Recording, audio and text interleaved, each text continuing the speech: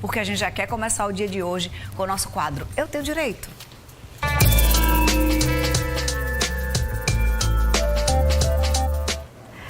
Sheila, eu vou pedir licença antes de efetivamente dar boa tarde para você, para mandar um beijo, porque eu digo que nós não temos empregadas domésticas, nós temos anjos. Isso é verdade. Na minha casa eu tenho um anjo chamado Damiana. Damiana, um beijo, meu amor, viu? Que Deus te abençoe. Obrigada por tudo. Que é uma irmã que Deus me deu, sabe? Há 6 anos estamos juntas e eu sou muito grata e muito honrada de ter Damiana cuidando da minha casa, organizando minha vida. E a vida dela se mistura na minha e a minha na dela. E tá tudo certo e nada errado, né, Sheilinha? Mas as coisas funcionam mesmo exatamente assim, viu, Fernanda? Acho que 60% dos casos. Que é o caso de Selma, que tá lá em casa, Maria, que criou meu menino. Me ajuda a criar, porque senão eu não estaria aqui se não fosse dessa forma.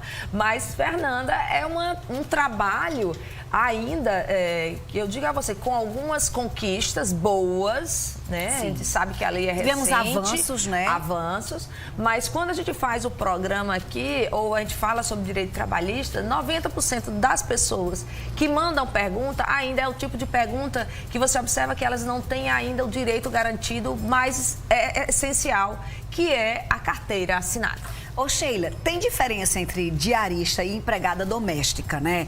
Que inclusive os direitos são diferenciados para isso, né, Sheila? Exatamente, Fernanda. Até porque a diarista, a ideia da diarista é que ela preste o serviço dela a mais de uma pessoa.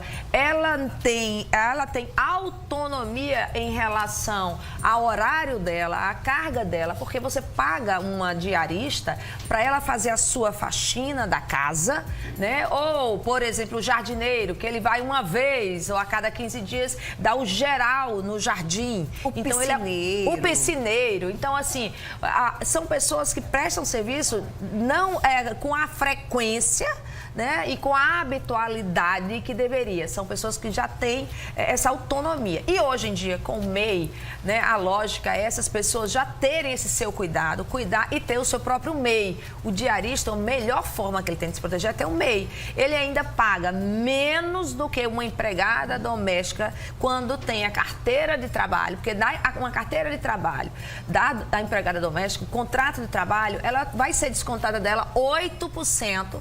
Vamos pensar que ela está trabalhando na jornada de 44 horas semanais, que ela vai ter que pagar 8% do salário mínimo dela, por exemplo. É muito mais do que a diarista, tá? Que ela vai recolher por meio do MEI, vai se cadastrar, vai ter o MEI, ela vai recolher aquele valor que a gente já falou aqui, que não chega nem a R$70 por mês, e vai ter os mesmos direitos praticamente, excluindo, claro, excluindo aí algumas coisas tipo 13º, claro, porque ela é autônoma e com certeza em dezembro ela também vai trabalhar mais com o diarista e acaba ganhando um valor a mais, mas em compensação a empregada doméstica ela vai ter todos os direitos relacionados a um CLTista, tá? Mas ela tem que ter a continuidade, tem que respeitar os horários estabelecidos, né? Tudo que for contratado entre as partes para poder ter esse direito, por exemplo, das férias. Ela não vai ter que ter faltado. Ela, por exemplo, se ela faltar e não for uma justificativa dentro da CLT, ela vai ter o salário descontado no final do mês. Sheila, quando você fala em jornada de trabalho, a gente entende que são 44 horas semanais, certo? Exatamente. Essas 44 horas semanais, já está falando aqui de uma pessoa com carteira de trabalho assinada, né? Essas 44 horas semanais, elas têm uma regularidade dentro da distribuição do dia, ou a dona de casa com ela pode fazer uma negociação? Pode sim, Fernanda. Por exemplo, o próprio sábado, eu estou sempre viajando, eu não preciso da empregada no sábado, eu posso organizar essa questão nos outros horários, né? Nos outros dias da semana. Ou você pode negociar um pouco. Isso a gente falou também quando a gente estava falando sobre banco de horas, daquela última vez. Mas o normal, e aí porque a gente tem outra modalidade que muita gente não sabe, mas as 44 horas, você pode, lembrando, você tem que ter o intervalo entre a jornada, que o intervalo entre a jornada não tem nada a ver com as 8 horas, por exemplo, se for você estabelecer que vão ser 8 horas diárias, né? Você pode estabelecer muito mesmo aí nessa questão, você pode diminuir para no sábado você pegar o tempo integral. Olha, toda semana você vai fazer 8 horas, você vai fazer diminui o suficiente para sobrar mais 3, tal dia, porque eu preciso de você o sábado todo dia. Você não pode sair no sábado depois do almoço, porque eu preciso, e aí vai. E aí você estabelece essas regras num contrato de trabalho, elas são estabelecidas no início da relação. Né? Qualquer mudança tem que estar de acordo, fazer algum tipo de alteração tem que estar de acordo, mas sempre dentro dos limites da lei. Porque a empregada doméstica também tem direito a hora extra. Ou hora extra ou banco de horas, como a gente já falou, né? Que muitas vezes é essa a necessidade.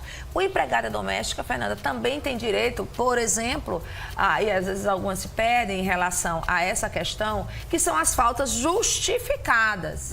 Porque não tem coisa pior do que você estar esperando qualquer tipo de trabalhador. Isso não é só para doméstico. Eu digo doméstico porque você sai de casa e pode estar deixando as crianças ou adolescentes sem almoço, esperando que ela venha para fazer o almoço. E aí ela não vem, não dá satisfação. Sai a família, deixa as crianças em casa esperando e não vem. É horrível essa falta de comunicação.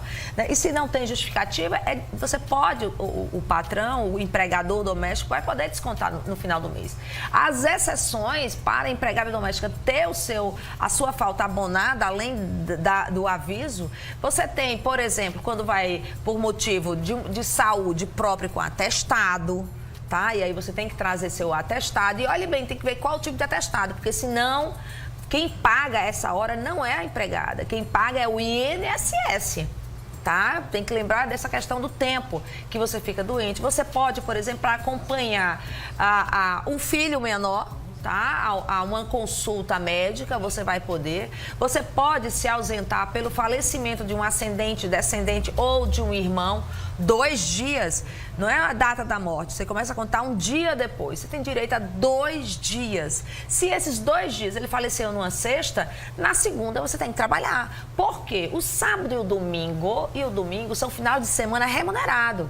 O seu salário do final do mês está contando o sábado e o domingo, mesmo você não trabalhando, porque você tem direito a esse descanso remunerado do final de semana. Então, o que acontece? Se por algum motivo você ficou doente e o tempo que você precisar também, ou a consulta no posto, vai ser no sábado, não tem por que você pedir um abono, deixar de ir trabalhar, por exemplo, se você trabalha no sábado. Tá. Então, esses são os motivos, porque senão o empregador vai poder sim descontar. E a gente sabe que tendo um limite de desconto dentro do seu salário ou dentro do mês trabalhado, vai repercutir nas suas férias.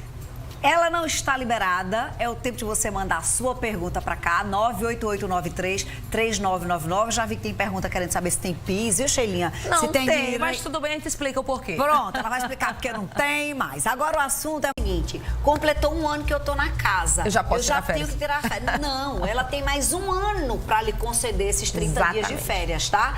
Completou 1 ano, aí a partir desse 1 ano completado, você consegue ter o direito a usar férias. E ela pode dar até um ano. Próximo ano. Exatamente. Não pode passar, se o mês for março, não pode passar março do outro ano, tá? Não é porque completou o 1º ano, ela já é obrigada a te dar férias, não, porque não funciona assim. E outra dúvida é com relação às férias também. O empregador tem até que data pro pagamento das férias? Olha bem, o pagamento das férias, ele tem que, se você vai tirar ali as suas férias, não vai negociar as suas férias, é exatamente quando vence ali. Venceu, o ideal é pagar antecipado as suas férias, o ideal. Mas ele pode sim pagar, né, após também, viu, Fernanda? Né, Sheila? Exatamente, mas normalmente se paga antecipado, quando você retorna na data correta. Entendi. O que não pode é pagar o terço de férias. Lembra, férias, você recebe antecipado o mês que você não vai trabalhar e o terço de